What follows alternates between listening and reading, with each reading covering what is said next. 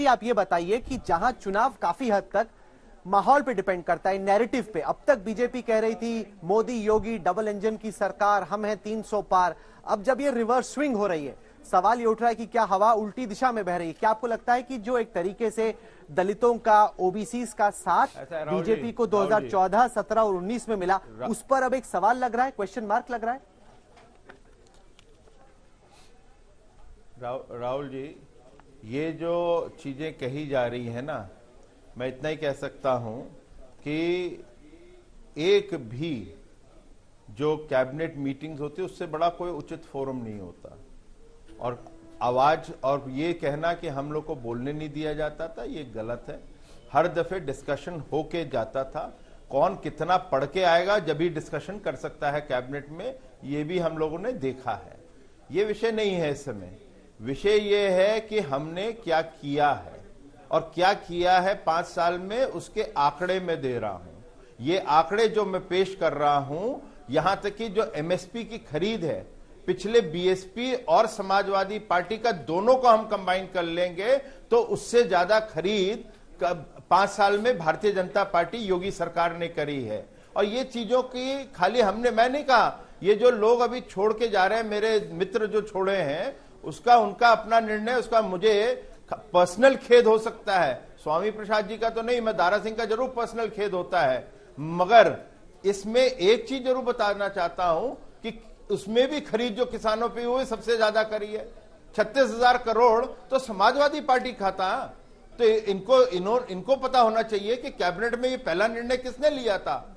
ये भी थे उसमें मौजूद, सभी लोग मौजूद थे। तो किसानों के हित की बात किसने करी थी? गन्ना किसानों को पिछले सरकार का 12,500 करोड़ का जो लोन था, जो उन्होंने पूरा नहीं किया था, वो बकाया जो था, बकाया जो था, वो भी हम लोगों ने पूरा किया। 1,45,000 करोड़ गन्ना किसानों को दिया। अरे किस किसानों की बात कर रहे हैं? मेरे ये नहीं समझ आया। आज कहां से वो दलित और वो सब आ गए, जबकि आंकड़े बता रहे हैं आयुष्मान कार्ड 6,70,00,000 लोगों को आयुष्मान कार्ड दिया गया है। कौन है ये जो जिनको दिया जाता है? ये भी तो दलित समाज से है। किस दलित समाज की बात हो रही है? किस ओबीसी समाज की बात हो रही है? और ग्राउंड रियलिटी एक और समझ ले हम लोग, ग्राउंड रियलिटी नैरेटिव नहीं चेंज होता राहुल जी लोगों के छोड़ने या आने से।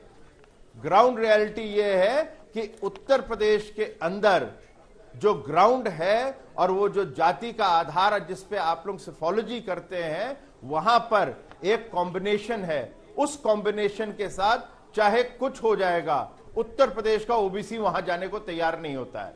और इसीलिए मैंने कहा है दारा सिंह चौहान साहब, विपरीत बुद्धि कि पहले जब कोई एक पर्टिकुलर कम्युनिटी किसी पार्टी को वोट नहीं देती, तब स्वामी प्रसाद मौर्य हो या फिर दारा सिंह चौहान हो या प्रजापति हो, तो इनकी अहमियत है क्योंकि ये अपनी कम्युनिटी का, अपनी जाति का वोट उस पार्टी के साथ जोड़ते हैं। लेकिन जब पार्टी अपनी जगह बना लेती है सोशल वेलफेयर स्कीम से, प्रधानमंत्री की तमाम योजनाओं से, तो पार्टी को लगता है कि अब हमें जातिगत नेताओं की जरूरत नहीं, हम खुद अपने दम पर इन वोटरों को अपने साथ रख सकते हैं। मौर्य रहें तो रहें, प्रजापति रहें तो रहें, दारा सिंह रहें तो रहें, नहीं भी रहें तो भी लोग हमारे साथ रहेंगे। तो ये बीजेपी का मानना है, ये सिद्धार्थनाथ सिंह का मानना है। क्या आपको लगता है कि आपके जाने से वाकई में आप समुदाय का वोट लेके जा पाएंगे? आपने भूचाल की बात की, आपने कहा आगे आगे देखो होता है क्या। आपके हिसाब से कितनी और विकेटें गिरने वाली हैं?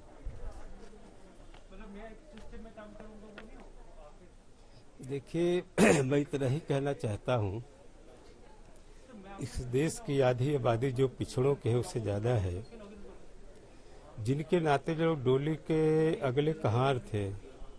अब पिछड़ा समाज डोली का पिछला कहार बन के बढ़े चलो होने वाले में नहीं, अब ये कहने वाला है कि बढ़े चलो। अभी डोली का अगला कहार बनने वाला है। इसलिए सारे पिछड़े समाज के लोग, दलित समाज के लोग, वंचित, रोजगार, किसान, सभी लोग दुखी होकर के इस सरकार से अलग होकर के निश्चित रूप से नया फैसला करेंगे। और मैं पहले भी आपसे बता दे रहा हूं कि चूंकि आप ये सवाल पूछेंगे भी कि कल कहां जाने वाले हैं, कहां जा रहे हैं, तो जरूर मैं कहना चाहता हूं कि मैं अपने सारे शुभचिंतकों, समर्थकों से बात करके जैसा उनका निर्णय होगा वही मेरा आखिरी कदम होगा।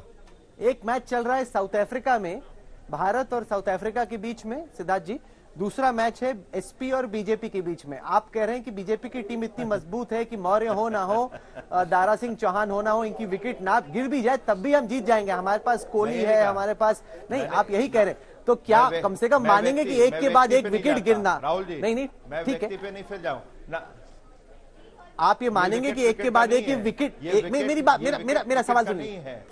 ये विकेट क्रिकेट का ना, हाँ सुन लीजिए मेरी बात राहुल जी, ये विकेट जो है ये क्रिकेट का नहीं है, ये विकेट जनता के हितों का है। और जनता जो है, जब वो ओबीसी और दलित समाज जब देखता है कि जो सबसे बड़ा ओबीसी है देश का वो प्रधानमंत्री है, इन लोग से कहीं ज्यादा सबसे बड़ा नेता है वो ओबीसी एक ही है, वो प्रधानमंत्री है, वो जब हमें डायरेक्ट दे रहा है, वो जब डायरेक्ट दे रहा है और वहां पे बिचौलिया बीच से हट चुके हैं, जो ठेकेदार बने थे वो हट चुके हैं, तो उनको किसी और की जरूरत नहीं है। और एक और याद रखिएगा, ये जितनी भी ओबीसी के नाम ले रहे हैं, गांव में आप घूम लीजिएगा, वो कतई नहीं जो समाजवादी पार्टी का जो ओबीसी और जो मुस्लिम समाज है उसके साथ खड़ा होता है, बगल बगल के नहीं खड़े होते। ये भी ग्राउंड की रियलिटी है, कहीं गांव को कोई समझता है।